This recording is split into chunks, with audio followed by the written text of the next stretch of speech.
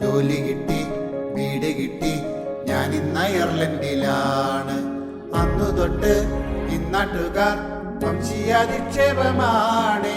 അന്നൊരു നാൾ റോഡിലിട്ട് കൗമാരക്കാരനെ തല്ലി 3 പിള്ളേർ ചാടി വീണേ എന്റെ മൂക്കിനിടി കൊണ്ടേ.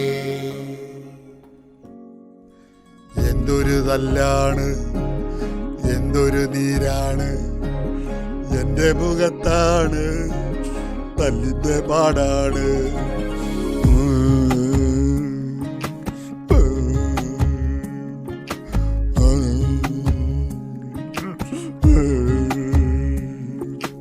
ഈയിടെയായി യൂറോപ്യൻ രാജ്യത്തെ വെള്ളക്കാരൻ നമ്മുടെ പിള്ളേരെ തല്ലുന്നതെന്താണ്?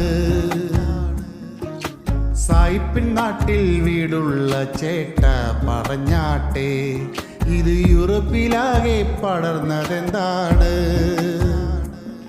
ഇനി നമ്മളെല്ലാം അവന്റെ കണ്ണിൽ ഭീകരരാണോ? നമ്മൾ ഭൂരിപക്ഷം നേടുമെന്നൊരു ഭയം അവനുണ്ടോ?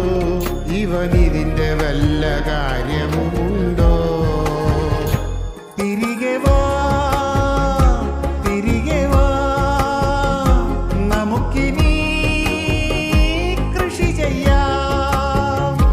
പറമ്പിലെ വിളവുകൾ ചന്തയിൽ പോയി തൂക്കി വിൽക്കാം. ഈയിടെയായി യൂറോപ്യൻ രാജ്യത്തെ വെള്ളക്കാരൻ നമ്മുടെ പിള്ളേരെ തല്ലുന്നതെന്താണ്? കുരിയച്ചൻ ചേട്ട, ഇത് മൊത്തം തെറ്റാ. അവിടത്തെ നിയമങ്ങൾ ചേട്ടനറിയില്ല. മര്യാദക്കല്ലൽ പണി മൊത്തം പാളും. അടികിട്ടും ഇടികിട്ടും വെടിവരി വെടി പല വഴികളിൽ.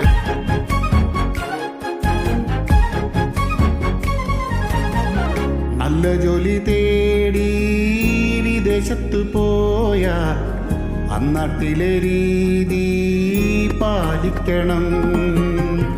നമ്മളുടെ ശീലം പലതും അവർക്കോ അരോചകമായി തോന്നിയേക്കാം. തെളിനീരുള്ളാറ്റിൽ തെച്ചുകുളി വേണ്ട.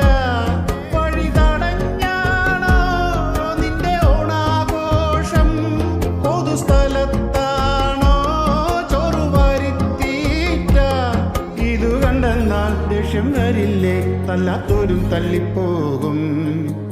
എന്തൊരു ബോറാണ് നിന്റെ കയ്യിലിരിപ്പാണ്.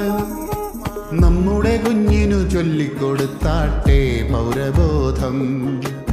ആഗോള പൗരനായി നമ്മൾ മാറണ്ടേ. തല്ലുകൊള്ളിത്തരം ഇനി മറുനാട്ടിൽ കാണിക്കല്ലേ. ഇന്ത്യക്കാർക്കാകെ നാണക്കേടായില്ലേ? കുറെ വീടും കാറും വാങ്ങിക്കൂട്ടാനാർത്തി കാട്ടാതെ ഇനി നിന്റെ കാര്യം നോക്കൂ, നീ പൊതുശല്യമാകാ.